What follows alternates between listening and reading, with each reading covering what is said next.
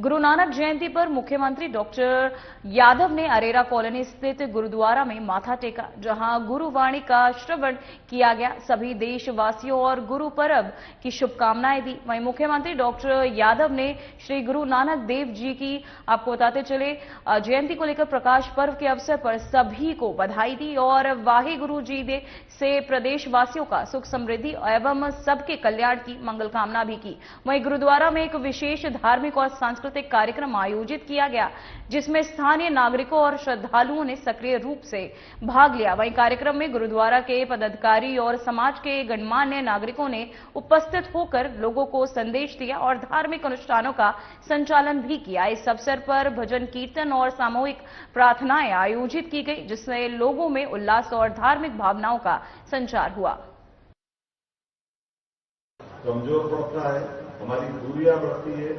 दूरियां को मिटाने के लिए छोटे छोटे लेकिन बहुत महत्व के उपाय, कोई लंबा चौड़ा कर्मकांड करने की जरूरत नहीं, कोई बहुत ज्यादा नाटक दिखाने की जरूरत नहीं, लेकिन मनुष्य का मनुष्य से प्रेम होना चाहिए। मनुष्य मनुष्य के काम आए और अन्याय कोई भी करने वाला हो, चाहे कितनी बड़ी ताकत क्यों न हो, उसके सामने दृढ़ता से अपने आप को समर्पित करने का जो मार्ग गुरु नानक जी ने दिखाया, वो हमने गुरु तेग बहादुर से लगा करके गुरु गोविंद सिंह जी तक हर बार और मजबूती से पाया। पूरी दुनिया आश्चर्य से की एक तरफ वो आंधी के सामने हर एक कोई सरेंडर होता जा रहा है, लेकिन चाहे अफगानी हो, चाहे मुगल हो, चाहे अंग्रेज हो, हमारे सिख समाज में गुरु नानक जी के उस मार्ग का सदैव सिर माथे पे लगाकर अपने आप का बलिदान कर दिया, लेकिन कमजोर नहीं पड़े। हमें इस बात का आनंद भी है और हमें इस बात का गर्व भी है। हमारे गुरुजी ने जो मार्ग दिखाया और जिस प्रकार से हम सब भाव के माध्यम से देशभक्ति की उच्चतम मिसाल कायम करते, वो अंग्रेजों के समान उच्चतम जैसा नक्षत्र और गगन में सूर्य की भूमिका होती है, वही आज प्रकाश पर्व में सच्चे अर्थों में हमारे गुरु नानक जी के मार्ग से हम सब पाते हैं। मेरी अपनी ओर से एक बार फिर प्रदेश सरकार की ओर से भी गुरु नानक जी के प्रकाश पर्व की सबको बहुत बहुत बधाई और परमात्मा करे उनका मार्ग पे हम सब श्रद्धा भाव से बढ़ते जाए। एक आग्रह जो मुझे किया गुरु तेग बहादुर जी का, अरे गुरु तेग बहादुर जी के लिए तो एक जितनी बार चाहो मध्य प्रदेश सरकार तैयार रहेगी, जैसा आप चाहोगे कार्यक्रम बनाए, संगत बताए, हमारे ग्रंथी जी और बाकी बताएंगे, धूमधाम से कार्यक्रम करेंगे और सबके साथ आनंद करेंगे। हमारे सरदार उज्जैन वाले में थोड़ा उनको स्मरण कर रहा हूं, वो हमारे इस सारी चीजों में उज्जैन से तो मैं जुड़ करके हमेशा इन सारी बातों को पढ़ाता था, लेकिन परमात्मा की लीला है। गए साल तो हमने धूमधाम से कार्यक्रम किया था, इस साल और आनंद से करेंगे। तो गुरु तेग बहादुर सिंह जी का कार्यक्रम आप नवंबर में चाहो नवंबर में, दिसंबर में चाहो दिसंबर में, उनकी 35वीं जयंती जो मनाने का पर्व है, प्रदेश सरकार उसके लिए कटिबद्ध है। मेरी अपनी ओर से पुनः आज प्रकाश पर्व की सबको बधाई, बहुत बहुत धन्यवाद। तो वहीं जबलपुर में शहर में स्वामी नारायण संस्था द्वारा आयोजित जीवन उत्कर्ष महोत्सव कार्यक्रम का आयोजन हुआ। कार्यक्रम में सीएम मोहन यादव ने भाग लिया। वहीं कार्यक्रम का उद्देश्य समाज में नैतिक, धार्मिक और सामाजिक मूल्यों को बढ़ावा देना बताया गया।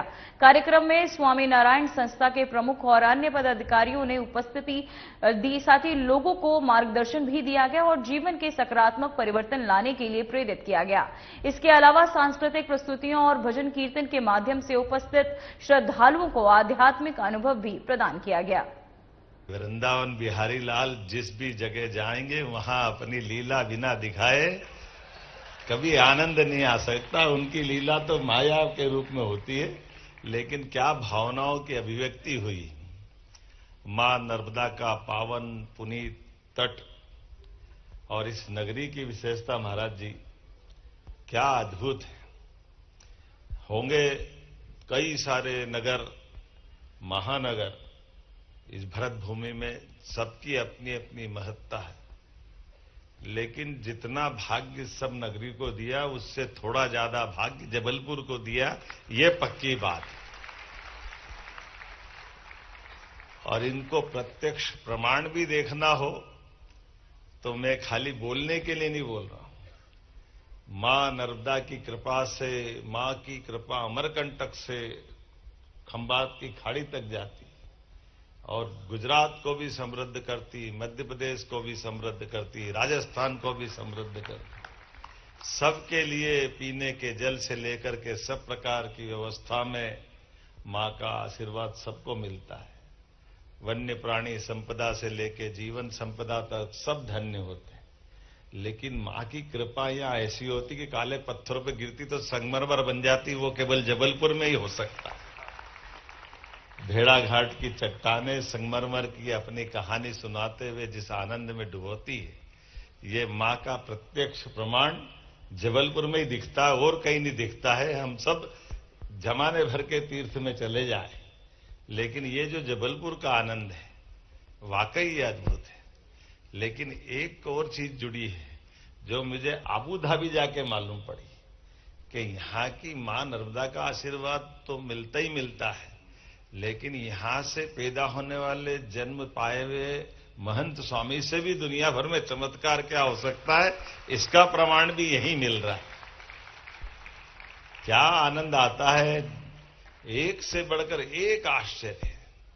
दुनिया के कितने आश्चर्य कौन गिनेगा भगवान जाने, वो काहे के आश्चर्य है कि नहीं है, लेकिन ये आश्चर्य तो पक्का कि अबू धाबी में भगवान का मंदिर बन जाए, ये भी चमत्कार से तो कम नहीं हो सकता। ये सारे चमत्कार पे भारी है। और एक मन में कसक रहती थी, कसक तो क्या बोलना चाहिए, बड़ी धर्मा की मेरी मर्यादा भी आपके सामने बोलने की है। अब थोड़ा एक संकट है महाराज जी, मैं धर्म आधारित सत्ता के इस दिव्य भव्य मंदिर में स्वामीनारायण जी के सामने बोलने की धृष्टता तो कर रहा हूं, लेकिन अंदर की राजनीतिक जीवाणु की भी स्थिति है, उसकी कठिनाई भी है। और ये जो जीवाणु है इनकी अपनी दुनिया अलग टाइप की है। ये भगवान की लीला है, सब काम सबको करना पड़ता है।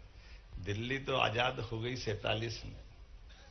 दिल्ली के अंदर की दर्द की कई सारी किस्से, कई सारी कहानियां, 1000 साल के गुलामी के काल में कई कई प्रकार से दिल्ली ने अपने दिल के अंदर कई छाले फपोले महसूस करते हुए पूरे देश की पीड़ा भी भोगी। लेकिन दिल्ली में दिखने के लिए कुतुब मीनार, बड़ी बड़ी दूसरी प्रकार की अट्टालिकाएं, बाद के कालक्रम में अंग्रेजों के समय बने हुए सारे बड़े बड़े भवन, उन सारी चीजों को देख करके दिल्ली से मन महसूस के आना पड़ता था कि ये आजादी के बाद में दिल्ली में आने का हमारा आत्मी सुख कब मिलेगा। वो जमुना जी का किनारा आपने धन्य करवाया हमारे अक्षरधाम बनाने के बाद।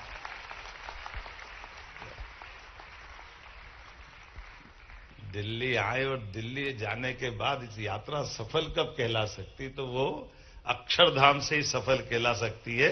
वो आनंद का एहसास आपके माध्यम से होता है। हमारे देवस्थान में इतने अच्छे प्रकार का सोचा जा सकता है, सब कुछ समाहित किया जा सकता है। नदी तो बाहर थी राजनीतिक दृष्टि से, अभी आप पार्टी से लेकर सारी पार्टियों में जमुना जी को लेकर बहुत सारी कहानी हो सकती है, लेकिन मंदिर के अंदर नाव से आपने सारी संस्कृति की यात्रा करा दी। ये केवल अक्षरधाम में आपके माध्यम से ही हो सकता है। उस नाव में बैठ करके तो ऐसा लगता कि जीवन की नाव कैसे चल रही है, हमको एहसास आपके माध्यम से होता है कि अपनी दुनिया को पहचानो, अपने आप को पहचानो, अपने आप को जानो, हम किस दुनिया में हैं, कहां खोए हुए हैं।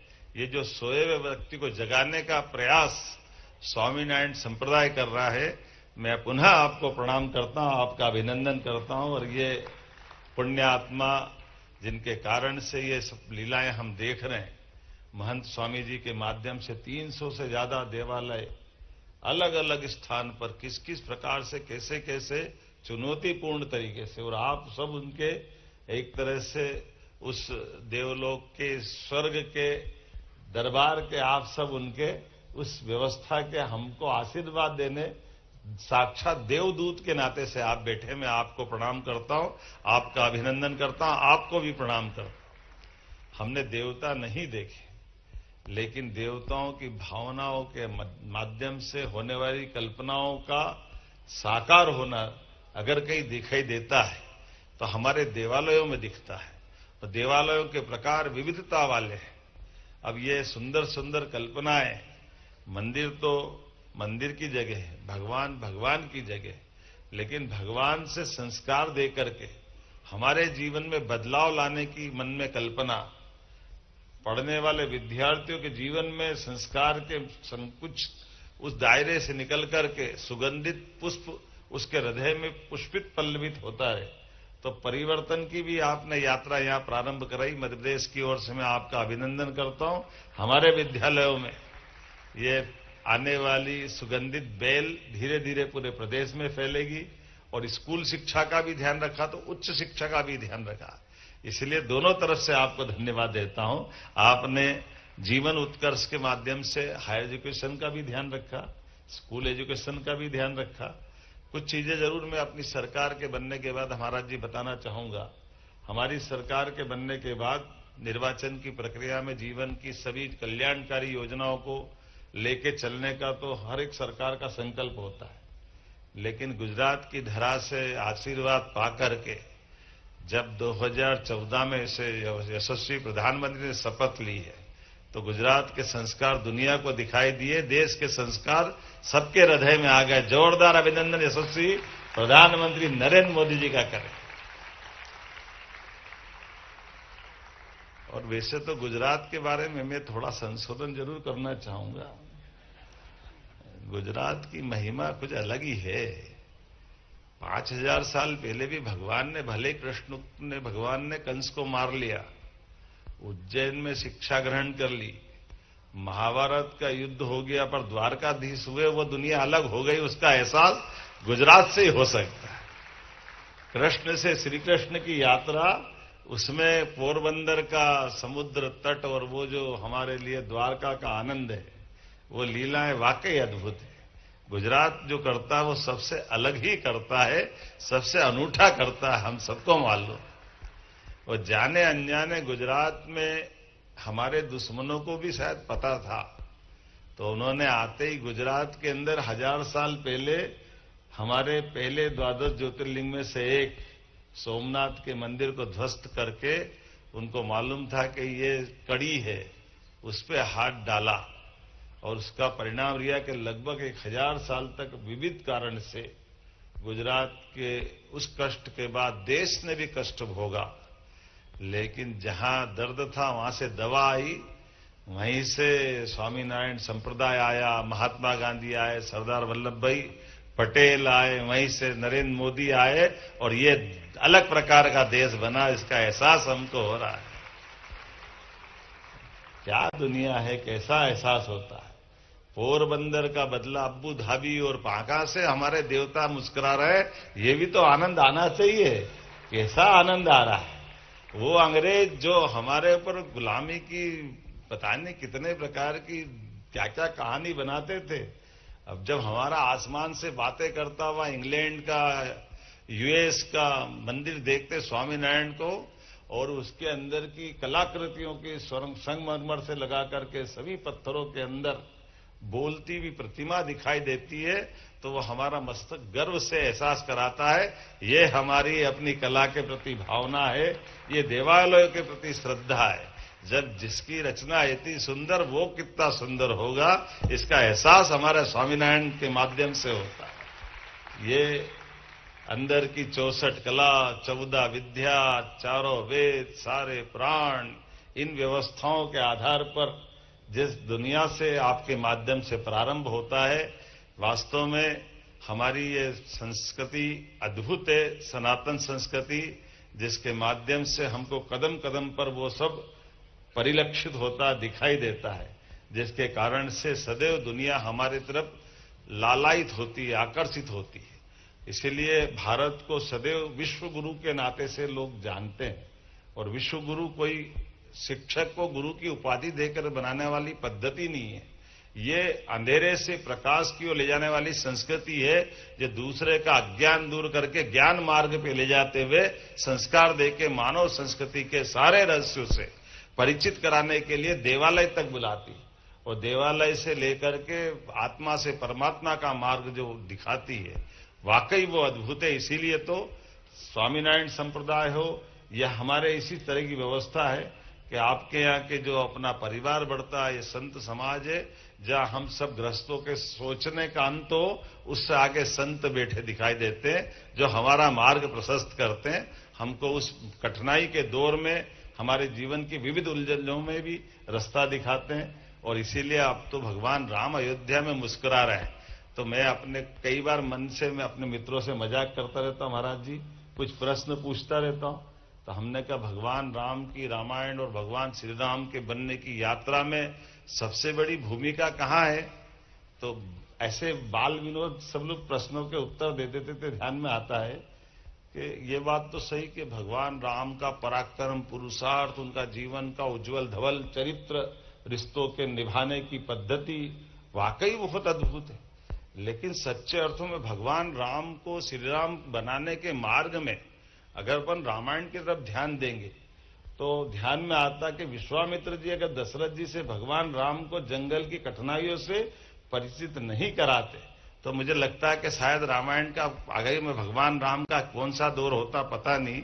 लेकिन जैसे ही वो अपने राजकुमार श्री राम को, लक्ष्मण को ले जा करके जंगल की वास्तविकता से परिचित कराते हुए, सभी निशाचरों की कठिनाई को दिखाते हुए, जंगल के अंदर से ले जाकर के भगवान राम को जंगल की हकीकत से परिचित कराते हुए उनका अंदर का पराक्रम, पुरुषार्थ, वीरता, दानशीलता, सारे गुणों से उनको युक्त करते हुए जिस प्रकार से भगवान राम को उन्होंने यहां से निशाचरों का अंत करते करते माता सीता तक का स्वयंवर का जो घटनाक्रम है, सच्चे अर्थों में रामायण हमारी वहीं पूरी हो जाती है।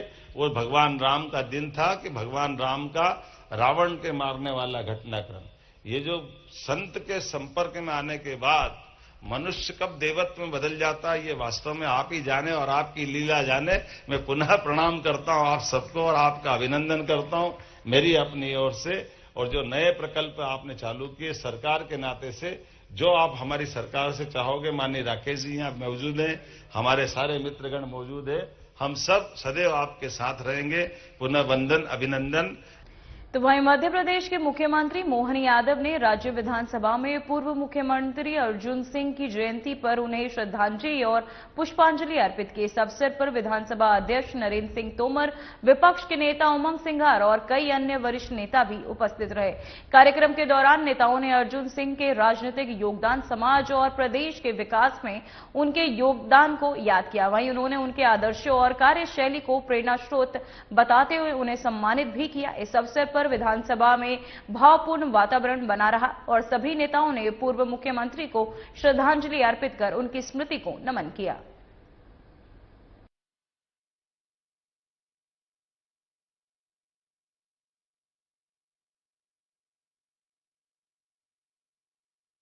तो वहीं प्रदेश में किसानों को उनके जरूरत के हिसाब से बिजली मिलने के मामले में मुख्यमंत्री डॉक्टर मोहन यादव ने कहा कि किसानों को कृषि कार्य के लिए पर्याप्त बिजली देना सरकार की शीर्ष प्राथमिकताओं में से शामिल है। उन्होंने अधिकारियों को चेतावनी देते हुए कहा कि इस दिशा में लापरवाही करने वालों के खिलाफ सख्त कार्यवाही की जाएगी। सरकार ने किसानों के लिए 10 घंटे बिजली देने की अपनी प्रतिबद्धता दोहराई है। वहीं मुख्यमंत्री ने किसानों की समस्याओं के समाधान और ग्रामीण क्षेत्र में निर्बाध बिजली आपूर्ति सुनिश्चित करने पर भी जोर दिया। हमारी सरकार है जो किसानों के प्रति प्रतिबद्ध है। हमने कहा कि 10 घंटे निर्बाध गति से बिजली देना चाहिए तो देंगे, और कोई अधिकारी उल्टे सुल्टे अगर पत्र निकाल देता तो उसके खिलाफ भी कार्रवाई। तो वहीं ग्वालियर से लगभग 8 किलोमीटर दूर बड़े गांव में बिशप के आवास पर ईसाई मशीनरियों द्वारा आदिवासियों के धर्मांतरण के आरोप लगे हैं। वहीं स्थानीय लोगों और सामाजिक संगठनों का दावा है कि मिशनरी छत्तीसगढ़, उड़ीसा सहित कई राज्यों में आदिवासी और गरीब बच्चों को यहां लेकर आए हैं। स्थानीय ग्रामीणों का कहना है कि ये कार्यवाही चोरी छिपे की जा रही थी और बच्चों को उनके परिवारों की अनुमति के बिना धर्म परिवर्तन के लिए प्रभावित किया गया। प्रशासन ने अभी तक इस मामले में आधिकारिक टिप्पणी नहीं दी है। इस घटना के बाद इलाके में चिंता और विवाद की स्थिति बनी हुई है।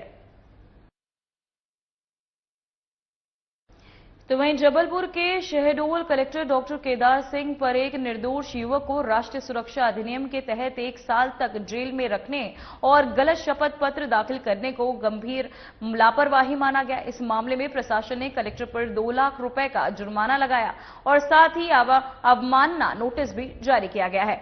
सरकार ने स्पष्ट किया कि किसी भी अधिकारी की लापरवाही या अनुचित कार्यवाही पर सख्त कार्यवाही की जाएगी। ये निर्णय न्यायिक और प्रशासनिक जवाबदेही सुनिश्चित करने के उद्देश्य से लिया गया। इस कार्यवाही से ये संदेश दिया गया कि अधिकारियों को अपने पद का दुरुपयोग नहीं करने देना चाहिए और कानूनी प्रक्रियाओं का पालन करना अनिवार्य है। तहसील के हीरामढ़ी बैस ने मेरे माध्यम से याचिका लगाई थी, जिसमें उनके बेटे सुशांत बैस के विरुद्ध कलेक्टर शहडोल ने 9 सितंबर 2024 को एनएसए का ऑर्डर पास कर दिया था और उस बच्चे को 1 साल तक डिटेंशन में रहना पड़ा। यद्यपि सितंबर 25 में उसका 1 साल पूरा हो गया था, लेकिन मैंने कोर्ट के समक्ष ये निवेदन किया था कि इसको मेरिट पे ऑर्डर करें, क्योंकि उस पर कोई भी लीगल सब्सटेंस नहीं था और वो केवल और केवल वहाँ के जो रेत ठेकेदार हैं उनके प्रभाव में आके कलेक्टर महोदय नियम कानून की। तो वहीं सीधी में बेमौसम बारिश और असमय आई आपदा के कारण किसानों की फसलें व्यापक रूप से खराब हो गई हैं। प्रभावित किसान कलेक्टर से न्याय की गुहार लगाने के लिए जन सुनवाई में पहुंचे। वहीं किसानों ने अपनी फसलें लेकर प्रशासन के सामने अपनी समस्याएं भी रखी और आर्थिक मदद तथा मुआवजे की मांग की। उन्होंने कहा कि लगातार हो रही बारिश और मौसम की अनियमितता ने उनकी जीविका को गंभीर रूप से प्रभावित किया। कलेक्टर ने किसानों की समस्याओं को गंभीरता से सुनते हुए संबंधित विभागों को आवश्यक कदम उठाने के निर्देश दिए। वहीं अधिकारियों ने प्रभावित किसानों को जल्द राहत और सहायता उपलब्ध कराने